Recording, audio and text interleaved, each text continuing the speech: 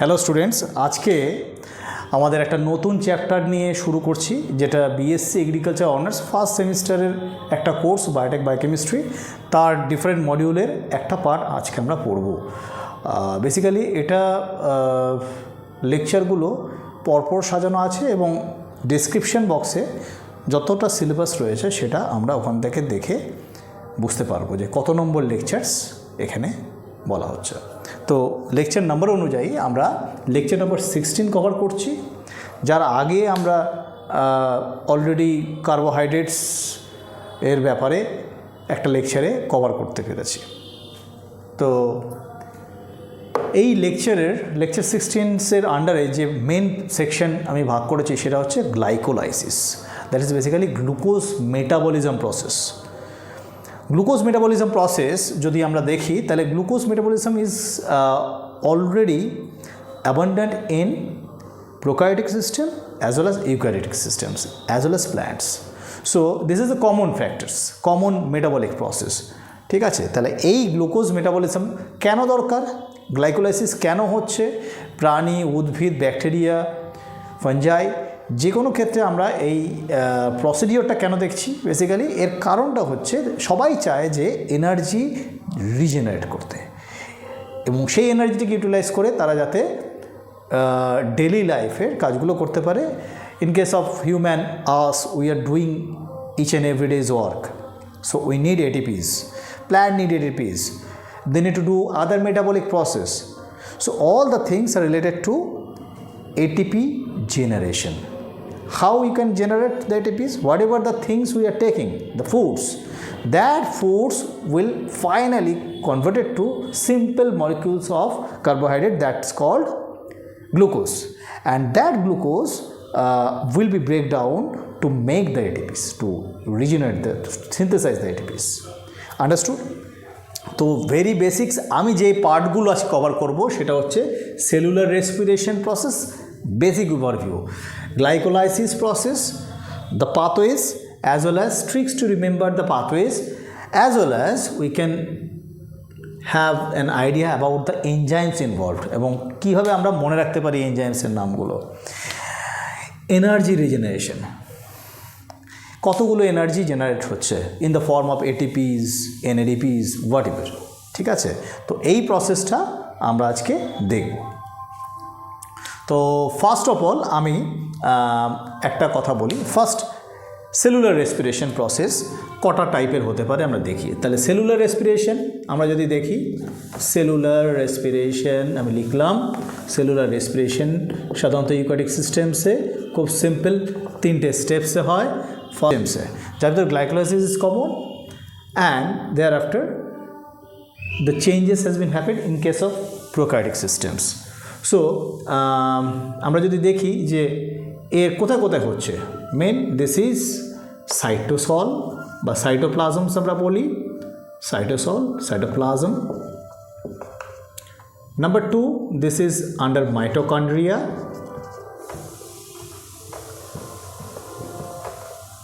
Third, আচ্ছা, first process is anaerobic process, anaerobic process, anaerobic লিখে দিলাম, anaerobic process. Second process is aerobic process. Third, electron transport chain, that is inner membrane of mitochondria, inner membrane of mitochondria, and fourth one is also inner membrane of mitochondria, same. So এটা খুব important আমাদের জানা, site of each and every steps of this respiration process. So এটা আমার জানার পরে যে আমরা যে বেসিক জিনিসগুলো জানতে পারবো। Otherwise in case of glucose breakdown after getting the pyruvic acid, the common end product is pyruvic acid. This pyruvic acid is further being utilized in our body whenever we require the energies. How we can utilize the ATP, whatever the ATPs are there. So it can be goes through 2 different anaerobic process. In case of us, means mammalian systems, we can do convert these pyruvic acid. আচ্ছা, আমরা আরেকটা জিনিস বলে রাখি, গ্লাইকোলাইসিসে first initially আমরা কি আমাদের initial use হচ্ছে glucose. Glucose basically 6 carbon components, 6 carbon আমরা জানি C6H12O6. So pyruvic acid is 3 carbon component, 3 carbon, ঠিক আছে। সো ইকুইভ্যালেন্ট যদি করতে হয় তাহলে 2 মোলস আমাদের ইউজ করতে হবে, তাহলে 2 moles of 3 carbon, total 6 carbons. Now আমরা যদি দেখি যে আমাদের মাসল সেলে যখন আমরা খুব ফাস্ট দৌড়াই, খুব ফাস্ট কোনো কাজ করি, তখন আমাদের মাসল সেলের যে গ্লুকোজ আছে সেটা ব্রেকডাউন হয়ে ল্যাকটিক অ্যাসিড তৈরি করে। Lactic acid very very important. আমি অ্যাসিডকে এ উপরে হাইফেন দিচ্ছি শর্টে লেখার জন্য। ল্যাকটিক অ্যাসিড ইজ বেসিক্যালি, এটাও কিন্তু 3 carbon compound. So it's required 2 moles of lactic acids. The energy chain is over. In another process, in case of prokaryotes bacteria কি করে বেসিক্যালি এটাকে ফার্মেন্টেড করে, ফার্মেন্টেশন প্রসেসে ইউজ করে যে কোনো খাবার, glucose molecules they can take in any form, so they will convert it into alcohols, এবং যেটাকে আমরা সাধারণত ইস্টে ফার্স্ট অবজার্ভ করেছিলাম, এবং ইস্টে আমরা দেখি যে এটা কি তৈরি করছে, অ্যালকোহল C2H5OH আমরা জানি। এবং এখানে কতগুলো কার্বন, 6টা কার্বন হতে হবে, কিন্তু basically it will produce 2 moles of C2H5OH। That means 2 moles of carbons need to be removed from this process, so it will remove in the form of CO2। তাহলে কতগুলো CO2 এখান থেকে release করতে হবে, 2টো। তাহলে 2 carbon, 2 moles of 2 carbon components, 4 2 6, এখানে 3 × 2 6, 6 carbons হিসাব বরাবর। In both cases 2 moles of ATP being converted to 2 moles of ADP, both in case of lactic acid synthesis as well as alcohol synthesis। ঠিক আছে, তো এটা মেন জানলাম। এরপরে আমরা মেন স্ট্রিমে চলে আসি।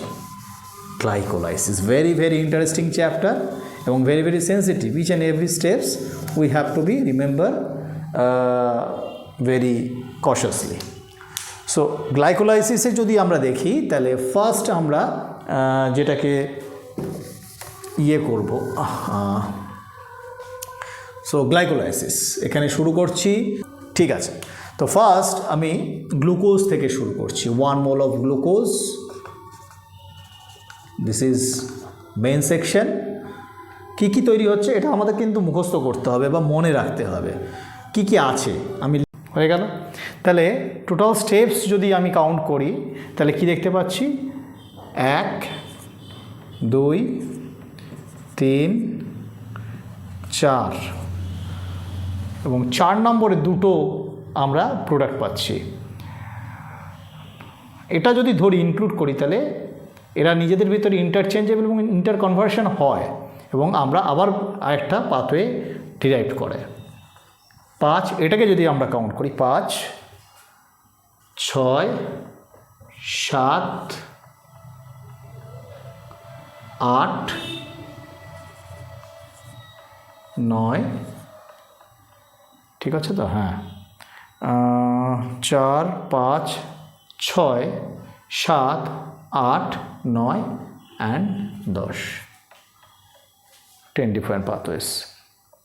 তাহলে এবারে সবগুলো তো জানলাম, এবারে এটাকে ধরা হচ্ছে মোটামুটি আমি মাঝখানে এটাকে রেখেছি, এই প্রোডাক্ট, এই পার্টিকুলার সাবস্ট্রেট কাম প্রোডাক্ট আমরা বলতে পারি, কেননা এই দুটো ফেজকে আমরা বেসিক্যালি দুটো ফেজে ভাগ করা হতে পারে। এই পর্যন্ত এই সেকশন পুরোটা এতদূর পর্যন্ত আমরা বলি প্রিপারেটরি ফেজ। কি বলি? Preparatory phase. কেন বলি বলছি। আর this section is called pay off phase.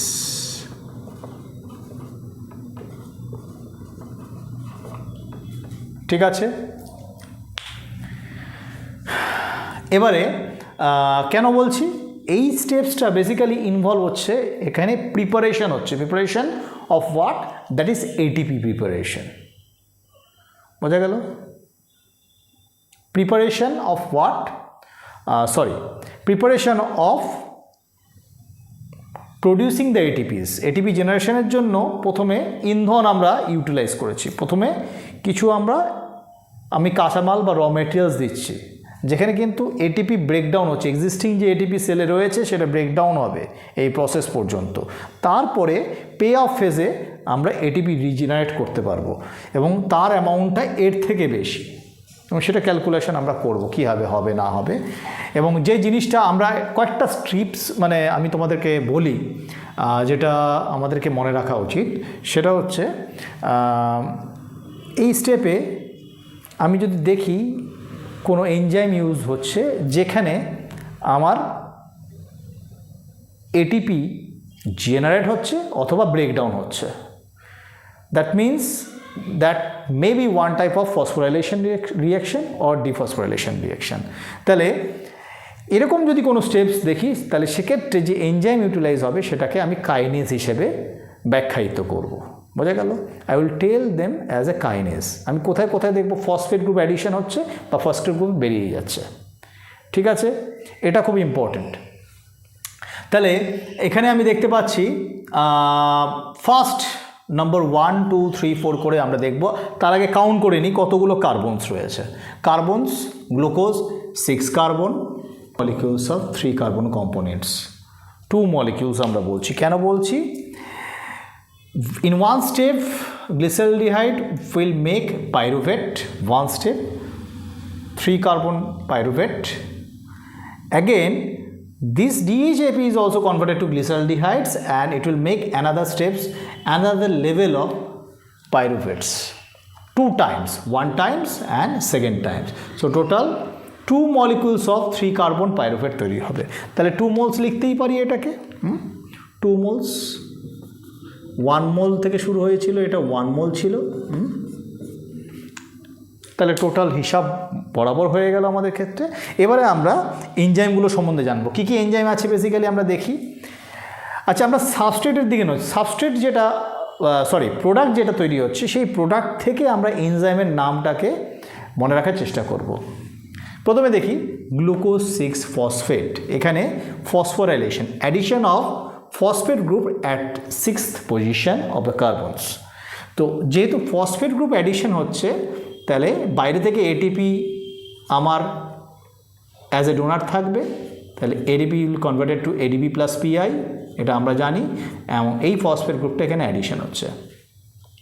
ঠিক আছে, তাহলে phosphorylation reaction, that means one type of enzyme, that is kinase, and I know glucose is hexo sugar, 6 carbon component, hexo sugar আমরা বলি, তাহলে এর নাম আমরা দেব হেক্সোকাইনেজ, হেক্সোকাইনেজ।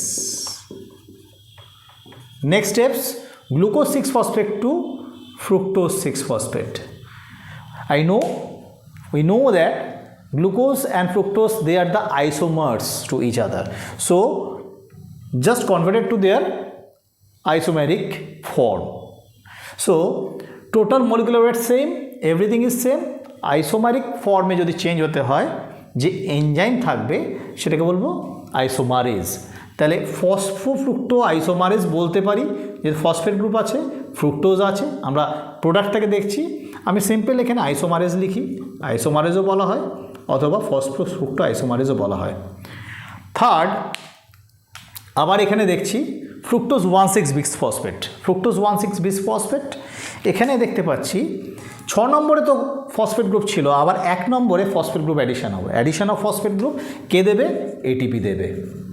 এটিপি থেকে ADP, ATP is a donor, phosphate group addition করলো, phosphorylation reaction, then kinase is involve.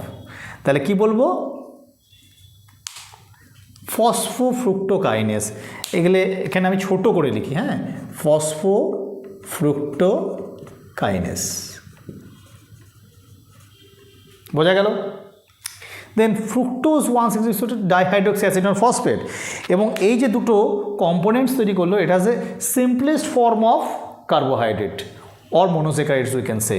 আমরা দেখেছিলাম যেখানে কার্বোহাইড্রেট চ্যাপ্টারে এই দুটো মলিকুলসের একটা এক্সাম্পলস, 3 কার্বন কম্পোনেন্টস সিম্পলেস্ট, যদি আমি মনোস্যাকারাইডসের এক্সাম্পল দিই, dihydroxy acetone as well as glyceraldehyde, phosphate নয়, dihydroxy acetone and glyceraldehyde, phosphate group এখানে অ্যাডিশন রয়েছে, যুক্ত রয়েছে। তাহলে 3 নম্বর পজিশনে ফসফেট গ্রুপ রয়েছে, এখানেও ফসফেট গ্রুপ রয়েছে। তাহলে dihydroxy both are isomers to each other, both are isomers to each other. So এই isomers to each other as well as both are one category, যেহেতু এদের অ্যালডিহাইড, ডাইহাইড্রক্সি অ্যাসিটোন আর গ্লিসারলডিহাইড, aldehyde group রয়েছে, terminal যে carbon রয়েছে সেখানে aldehyde group রয়েছে, সেই জন্য এদেরকে আমরা অ্যালডোজ বলি। অ্যালডোজ এবং কিটোজ সুগার আমরা পড়েছি।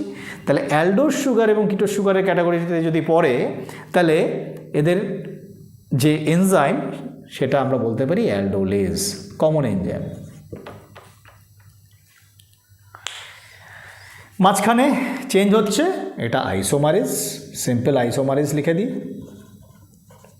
both are same, they are the isomers to each other. Next step is very important, 1,3-bisphosphoglycerate. এই স্টেপটা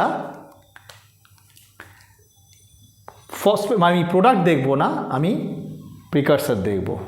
কি আছে? গ্লিসারলডিহাইড। গ্লিসারলডিহাইড, this is done by dehydrogenase.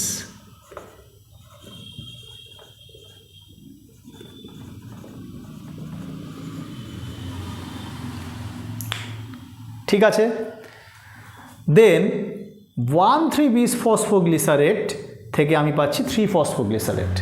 তাহলে এখানে কি হলো? দুটো লোকেশনে তোমার, দুটো পজিশনে তোমার ফসফেট গ্রুপ ছিল, 1 নম্বরে ফসফেট গ্রুপ চলে গেল। কি করে যাবে?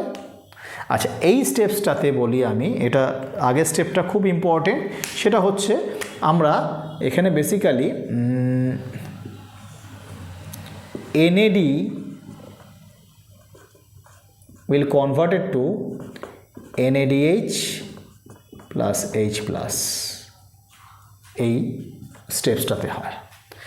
বেসিক্যালি এখানে যে ফসফেট গ্রুপ অ্যাডিশন হচ্ছে, এখানে গ্লিসারলডিহাইড 3 ফসফেট আমি একটা ঢোকাচ্ছি, এই ফসফেট কিন্তু ইনঅর্গানিক ফসফেট, এটা কিন্তু কোনো এটিপি থেকে আসে না, ইনঅর্গানিক ফসফেট। ঠিক আছে, এটা মনে রাখতে হবে। এই স্টেপটাতে নেক্সট স্টেপস যেটা দেখছি, সেখানে যে এনজাইমস ইনভলভ রয়েছে, তাহলে 1,3-bisphosphoglycerate থেকে 3-phosphoglycerates। ঠিক আছে, তাহলে কি হচ্ছে? ফসফোগ্লিসারেট, এখানে কি হচ্ছে? ফসফেট গ্রুপ বেরিয়ে যাচ্ছে।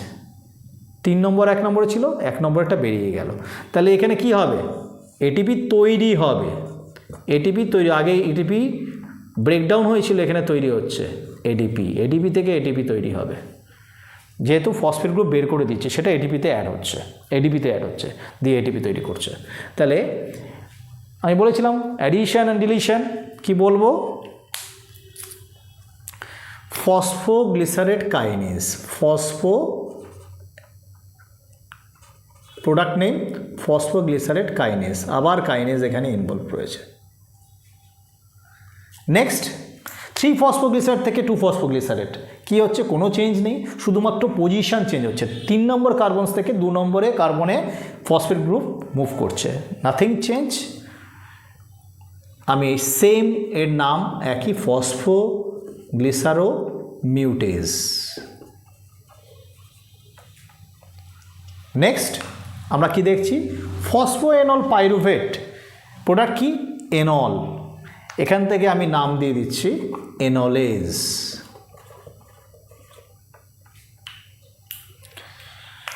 ফাইনালি হচ্ছে পাইরুভেট। ঠিক আছে, এই স্টেপটাতে এই দেখো, এখান থেকে 2 ফসফেট, ফসফোএনল পাইরুভেট, তৈরি করলো এবং ফাইনালি পাইরুভেট। এখানে পাইরুভেট কাইনেজ, কাইনেজ নাম দিচ্ছি কেননা এখানে এটিপি তোমার অ্যাডিশন হচ্ছে।